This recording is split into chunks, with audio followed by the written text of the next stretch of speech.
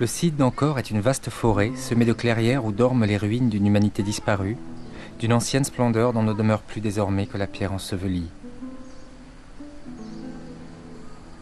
Ces temples, élevés à l'époque de notre Moyen Âge, furent abandonnés à la forêt jusqu'à l'orée du XXe siècle.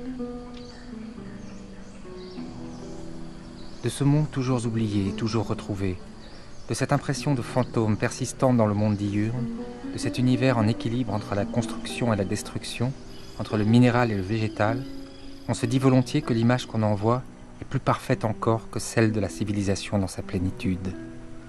Comme si les temples d'Angkor n'avaient été dès le départ que pour être leur propre ruine.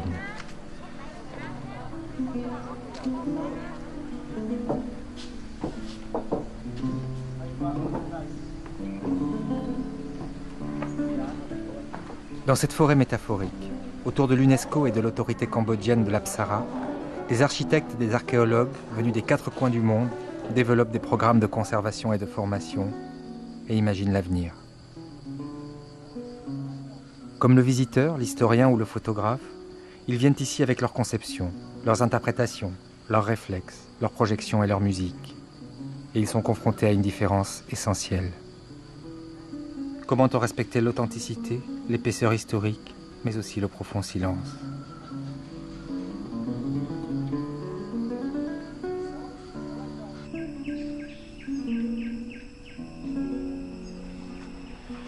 Vous savez, on qualifie la civilisation de cette partie du monde de civilisation du végétal.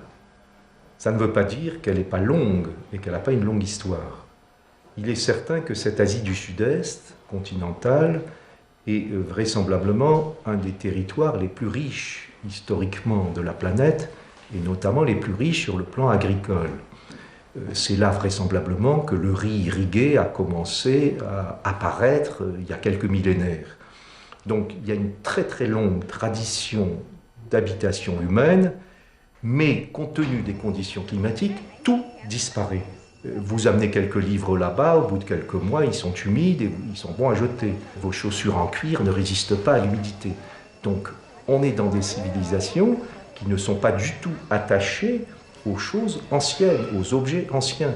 Cette culture du végétal fait qu'on peut reproduire les modèles régulièrement, périodiquement. Donc les modèles restent sur une très longue antiquité, mais on n'attache aucune importance à l'objet lui-même.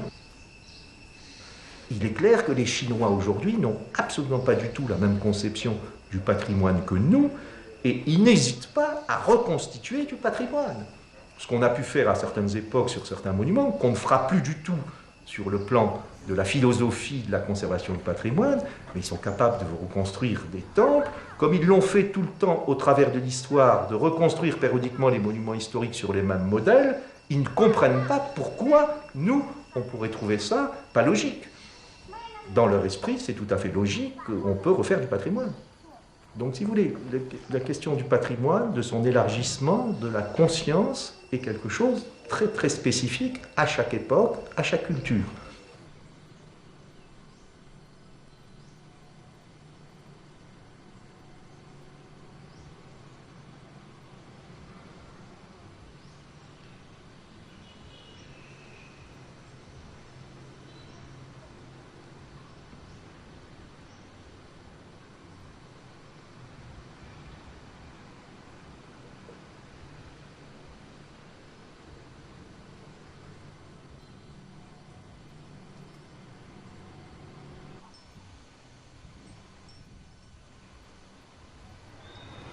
Il me semble assez difficile de nier l'importance que la conception occidentale des monuments du patrimoine a pu avoir ici.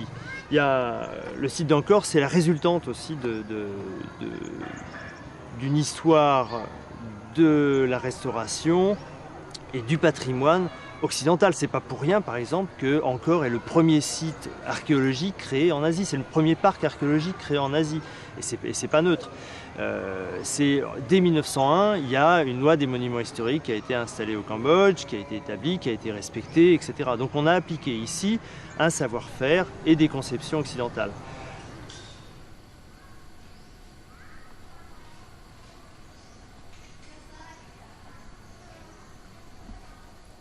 Il n'y a pas une doctrine qu'on pourrait appliquer de A à Z à Angkor. Vous avez vu Angkor, on a des temples comme Angkor Wat parfaitement préservés, du moins en apparence, où l'édifice présente l'ensemble de ses superstructures relativement droits, etc. D'autres, par contre, qui sont des amas de ruines complètement dévastés en miettes. Vous avez des monuments qui sont au milieu de la forêt, d'autres qui sont au milieu des rizières complètement dégagées. Il y a toute une panoplie d'ambiance à Angkor. D'autant plus renforcée, c'est qu'on a des dizaines et des dizaines de monuments d'ampleur importante. Il y a donc toute une richesse d'ambiance et de patrimoine à Angkor qu'il serait sans doute un peu naïf de vouloir restaurer d'une seule manière. Donc il y a largement la place à Angkor, de par la variété de ces objets, à des approches différentes, adaptées à l'ambiance du monument, à son état, à ses pathologies, adaptées aussi aux moyens des équipes.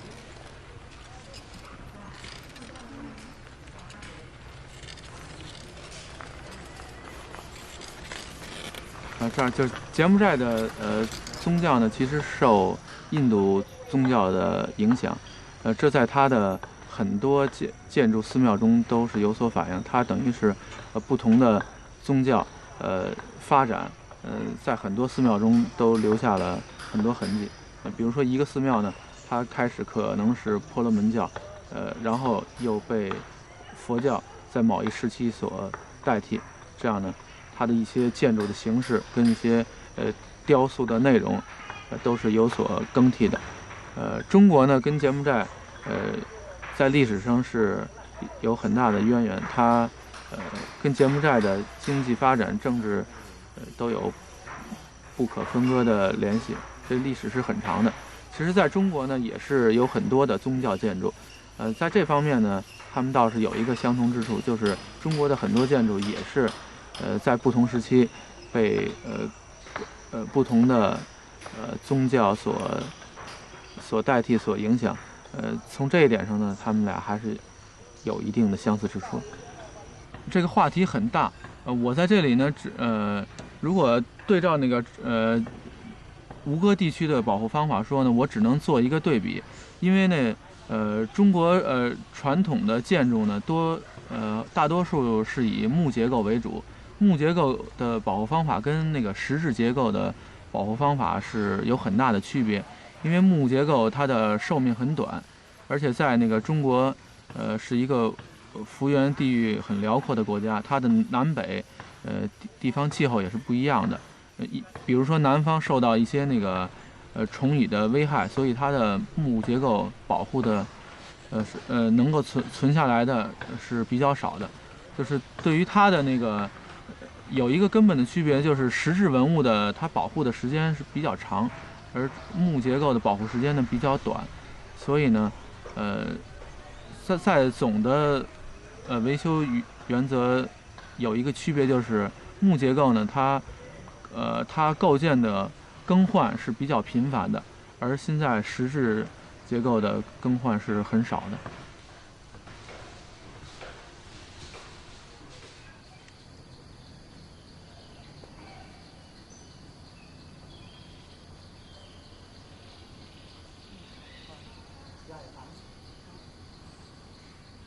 L'esprit d'Angkor ne veut pas dire l'uniformité.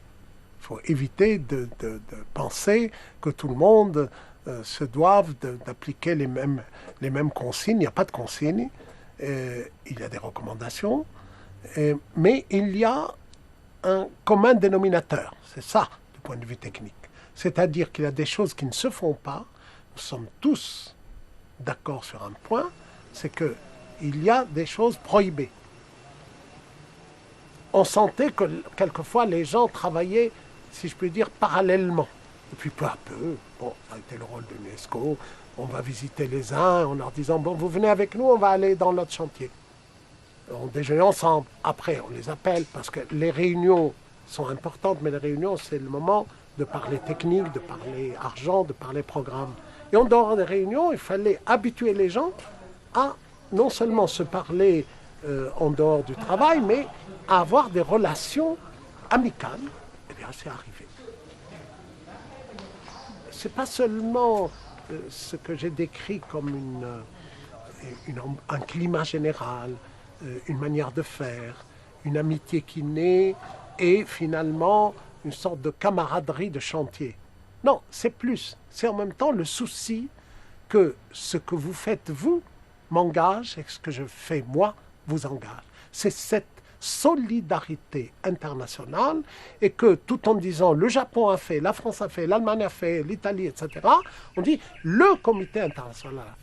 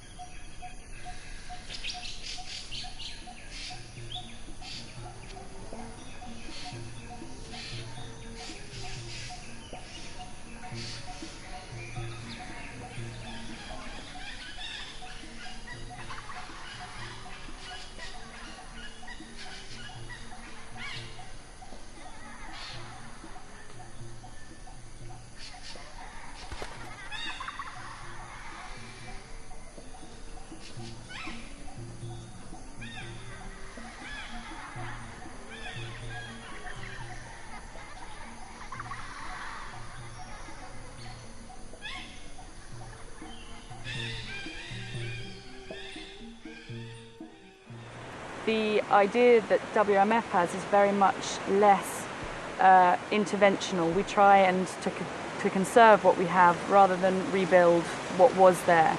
And there are lots of different reasons for doing that. Mainly, there's a huge amount of work to be done just to protect what we have. We don't have the time or the resources to rebuild the site. We also feel that it's possibly presenting a different, it's no longer Khmer architecture. If we've come in and we've rebuilt it, that's a international team coming in, and it's perhaps could be considered misrepresentative of the site itself. If we know that at Prayer Calm what we are showing you is what was built by the Khmer original builders as far as possible. I think it's important to have a variation of attitudes and treatments of the buildings. Perhaps the way that the Japanese are presenting sites gives a better general idea of what the site would have originally looked like. However, it is a very different approach to the one that we employ, because we believe that it's also important to see exactly how the building has aged. We know that we're not presenting a false view. We can't be 100% sure that we would be showing exactly what the building originally looked like if we were to rebuild it now. So it is important. Both attitudes are a vital way of showing the sites.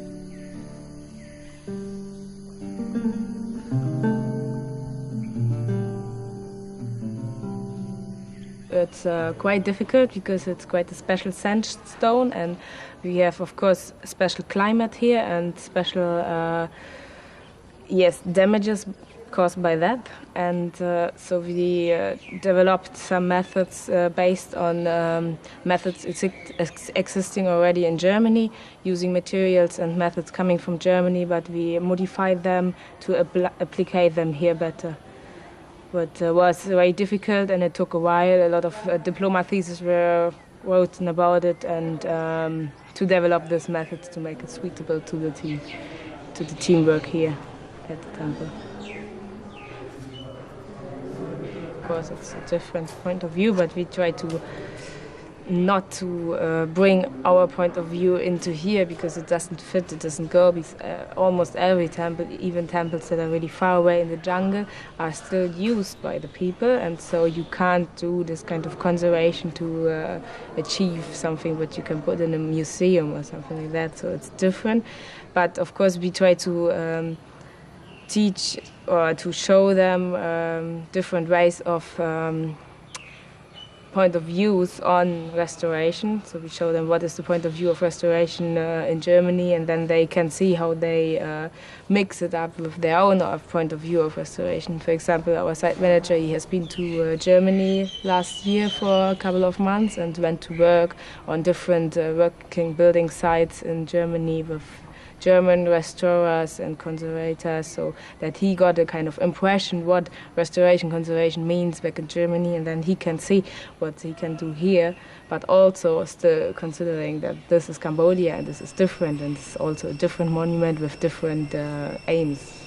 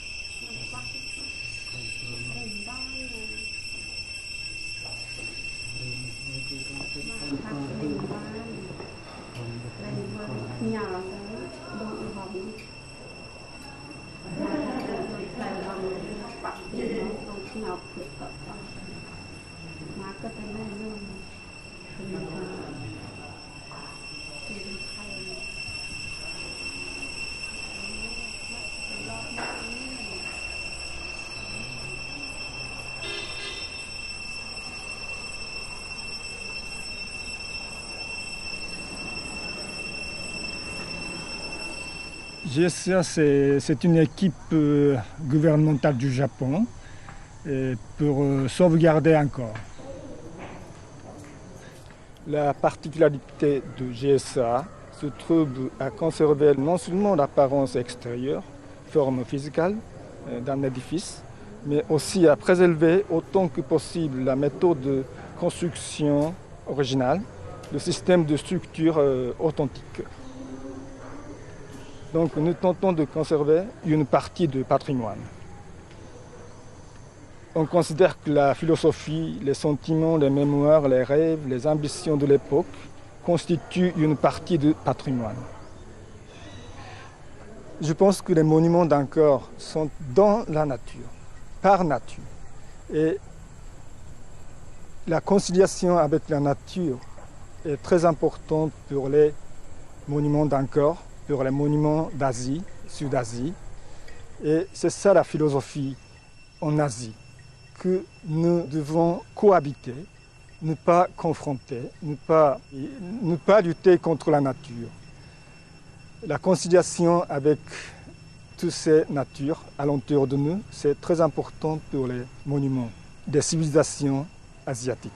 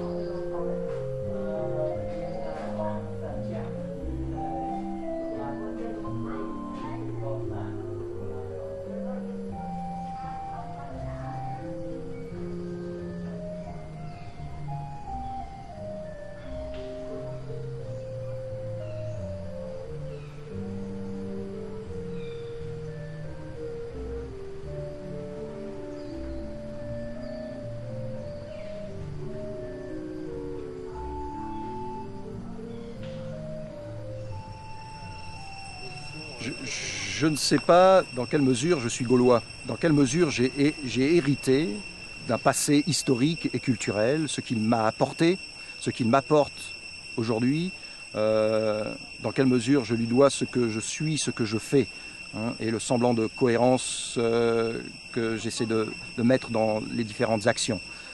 Mais je pense, et c'est plus un sentiment, et ça doit aussi passer évidemment par l'éducation, la formation, je pense que c'est une chose importante et que pour les Cambodgiens, c'est quelque chose d'indispensable. Après la rupture des années 1970, on voit très bien quelle est la relation qu'ont les Cambodgiens avec leur patrimoine, très distante, très lointaine.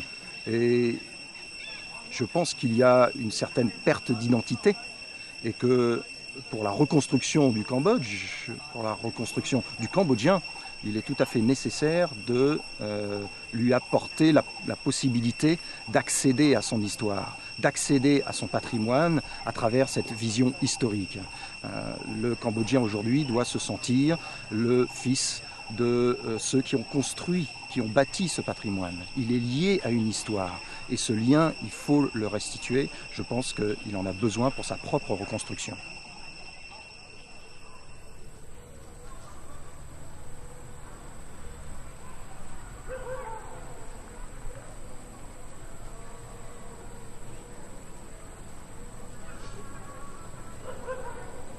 Of course, we have the many difficulty, but the main difficulty is we don't have the best of this conservation or restoration.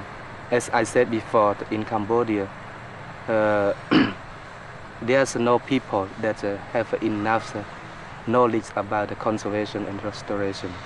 There's only the young generation like me that have a chance to join with international organizations such as the Japanese team, that I can learn from them step by step.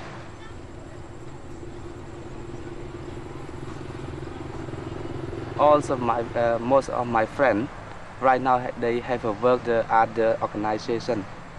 Many times we have a discussion each other, not official discussion, but that's a private discussion. And right now we have one idea, and we consider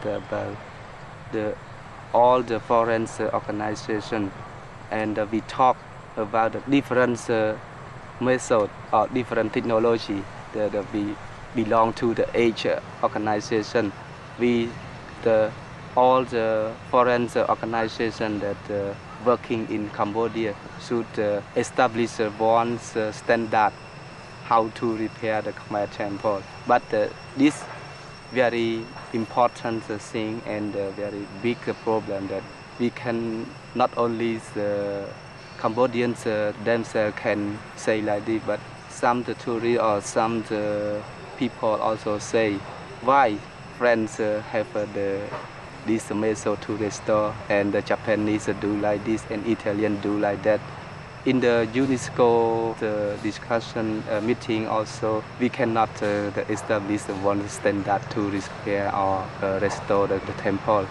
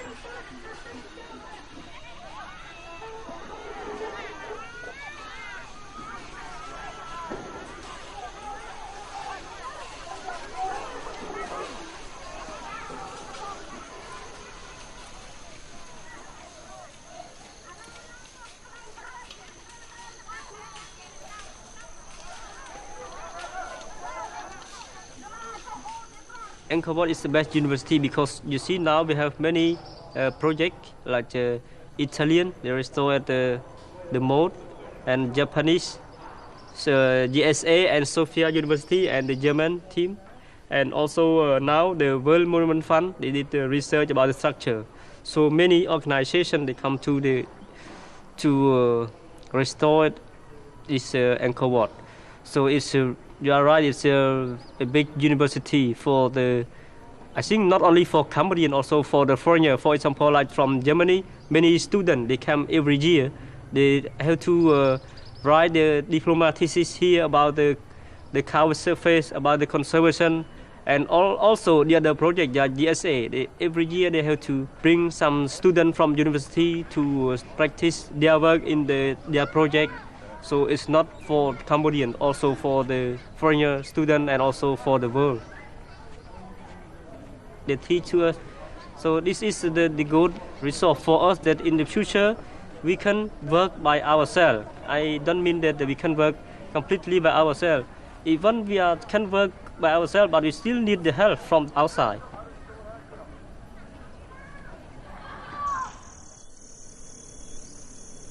The people still believe to the God, so this is very important place that the people, when they have the sorrow or when they want to success in the future, in their wish, they have to come to the God to pray. Even the high politician also, they come also to pray sometimes in this temple, because they thought the man spirit of the God is stay inside the temple.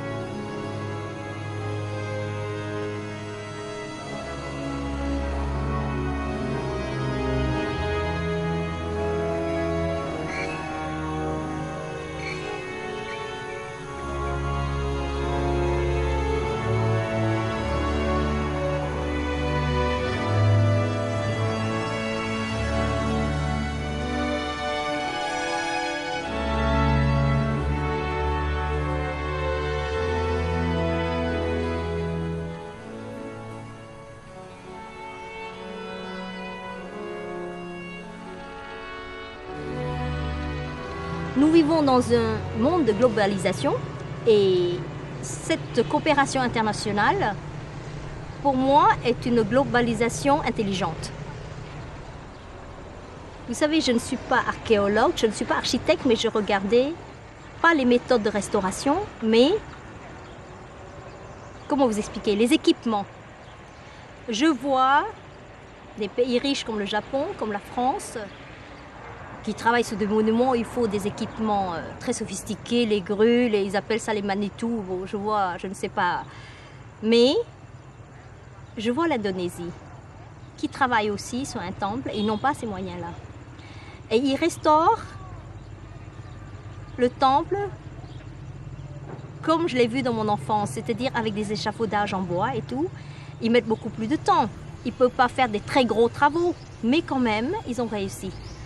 C'est-à-dire, si vous voulez, pour moi, les Cambodgiens, ils apprennent, mais est-ce que les Cambodgiens auront les moyens d'acheter ce que les Français laisseront quand ils partiront, ou ce que les Japonais laisseront quand ils partiront?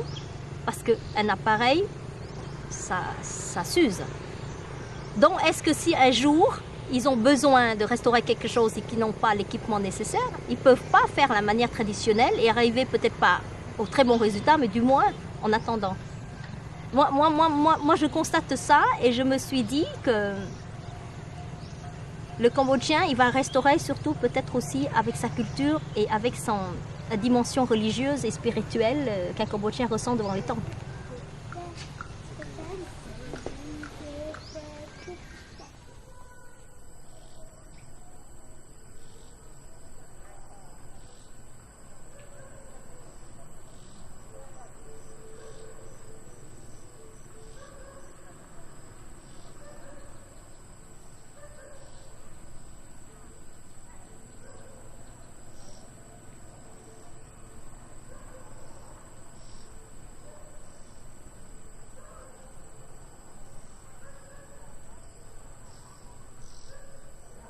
Nous venons juste de commencer, de prendre petit à petit en main donc la gestion, la conservation et le développement du territoire d'Angkor.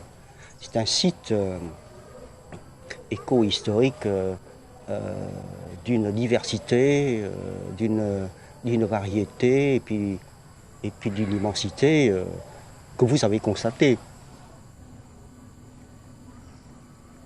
Il y a plusieurs dizaines de villages à l'intérieur de ce site et une cinquantaine de milliers d'habitants qu'il ne faut pas négliger. Pour nous, pour moi en particulier, on ne peut pas s'occuper que des monuments, n'est-ce pas, que de la pierre, sans s'occuper de la population. On ne peut pas développer le tourisme, développer un tourisme durable, en méconnaissant, en délaissant cette population. Il ne faut pas que les jeunes s'arrêtent d'aller à l'école parce que c'est beaucoup plus rentable d'aller vendre des cartes postales et suivre un quart de touriste. La population, elle risque d'exploser avec cette manne. Les gens au Cambodge sont très pauvres, n'est-ce pas? Comme vous savez, c'est l'un des pays les plus pauvres au monde. Et cette attirance, donc l'apport qu'apporte le tourisme, peut provoquer une migration, et commence déjà à provoquer une migration des populations environnantes qui vient sur le site encore. Et ça, si nous ne nous occupons pas tout de suite, ce sera irréversible, ce sera dramatique et irréversible, à la fois, non pas simplement pour le site, mais pour vraiment la province tout entière.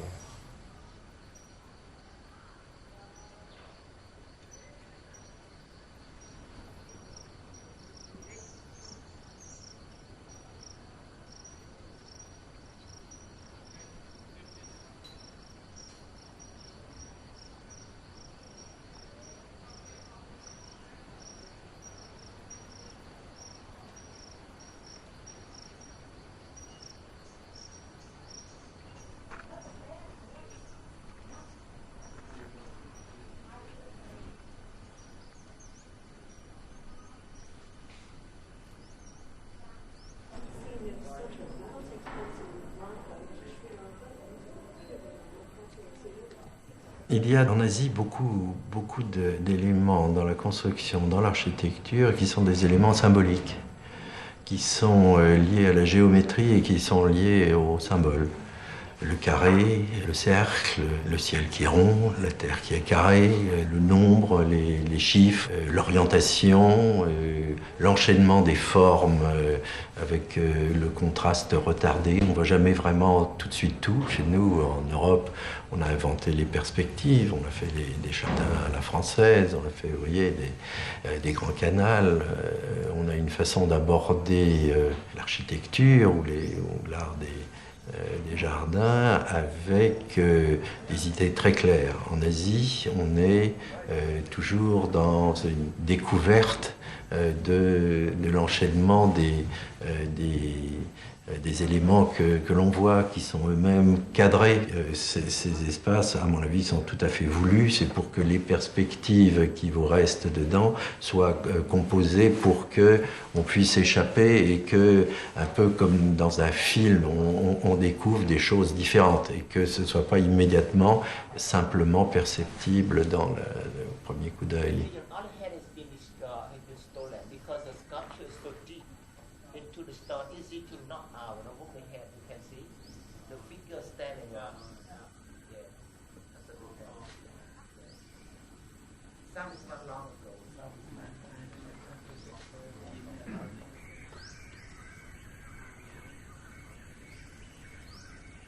Du fait de l'élévation du niveau de vie en Asie, tout le monde bouge et tout le monde commence à s'intéresser, à visiter les sites historiques. Un des facteurs très étonnants des lieux de l'Asie, c'est que beaucoup de villes ont retiré une bonne partie de leur patrimoine, ont rendu les villes sans grand intérêt pour les touristes et les visiteurs, et restent comme endroits très appréciés, des endroits de campagne, des endroits de montagne, des endroits de village, et quelques temples ou quelques monuments historiques. Il n'y a pas eu du tout, jusqu'à maintenant, dans beaucoup de pays, l'idée que le développement économique pouvait être accroché au tourisme.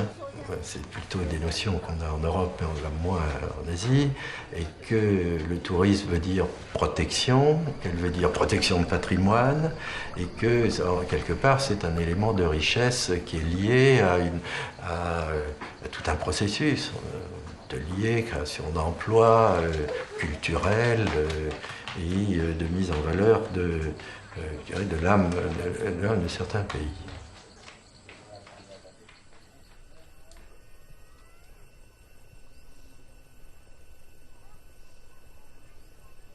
À partir du moment où on universalise l'idée du patrimoine, cela veut dire aussi que l'on s'intéresse à des cultures qui sont différentes. On a vu le Prasad Kravan a été restauré par Grolier dans les années 60. La seule préoccupation du restaurateur d'alors, ou je dirais la principale préoccupation du restaurateur d'alors, était scientifique. Il s'agissait de montrer ce qu'était le temple, les sculptures qui sont à l'intérieur. Finalement, c'est une démarche intellectuelle de compréhension et de description de l'architecture khmer qui est assez proche de celle qu'a fait Viollet-le-Duc à Carcassonne. Et puis, après cela, on a vu se développer dans le monde entier l'idée aussi d'un patrimoine qui est un patrimoine de site, qui est un patrimoine d'environnement. Et puis l'idée aussi que le patrimoine est ethnologique. Et cette évolution du champ du patrimoine fait que forcément les attitudes des restaurateurs et des conservateurs évoluent et changent. Et ce que l'on fait peut-être de plus original ici avec les jeunes Cambodgiens, c'est que l'on essaye de redonner au site d'abord la première chose que l'on doit faire comprendre à des gens qui viennent visiter un lieu, c'est la valeur de ce lieu et la symbolique de ce lieu. Si vous faites entrer quelqu'un dans une église pour visiter l'église et que vous ne lui signifiez pas que c'est un lieu de culte, il se comportera comme s'il était au marché ou à la plage. Il y a des signes. Ces signes, on apprend à les utiliser. Et rien qu'aujourd'hui, tous les aménagements que l'on fait dans notre fameux programme des parvis autour des temples, c'est d'amener les touristes à avoir une première perception du monument, qui mette le monument qui donne au monument toute sa symbolique et toute sa valeur. C'est-à-dire qu'on ne vient pas seulement voir un caillou sculpté, une sculpture d'Apsara sur un mur, on vient voir un temple qui a été conçu et placé avec une prise en compte de l'espace et des perspectives parce qu'il était un signe d'une reproduction au sol symbolique d'un univers cosmique idéal. Et ça, on peut mettre les gens en condition de le percevoir dès qu'ils descendent de leur car.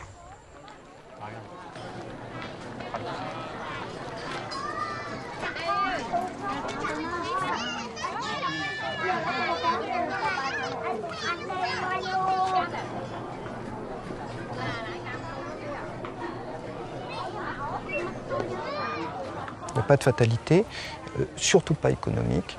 Il n'y a pas de touristes stupides. Il n'y a que des manières stupides de recevoir les touristes. Le touriste est tel qu'on le reçoit. Maintenant, c'est une question de motivation. Pour l'instant, la motivation, je la vois. Et la motivation, elle n'est pas seulement nationale, elle est internationale. Et si cette motivation reste, alors moi je pense que oui, on peut arriver à un développement harmonieux où le touriste sera intelligent parce qu'on aura une manière intelligente de le recevoir. Le tourisme de masse n'est pas forcément un tourisme néfaste. Je pense que ça c'est une idée un petit peu trop intellectuelle de penser qu'il y a qu'un tourisme d'élite qui peut être un tourisme de qualité. Je suis absolument sûr que ce n'est pas vrai.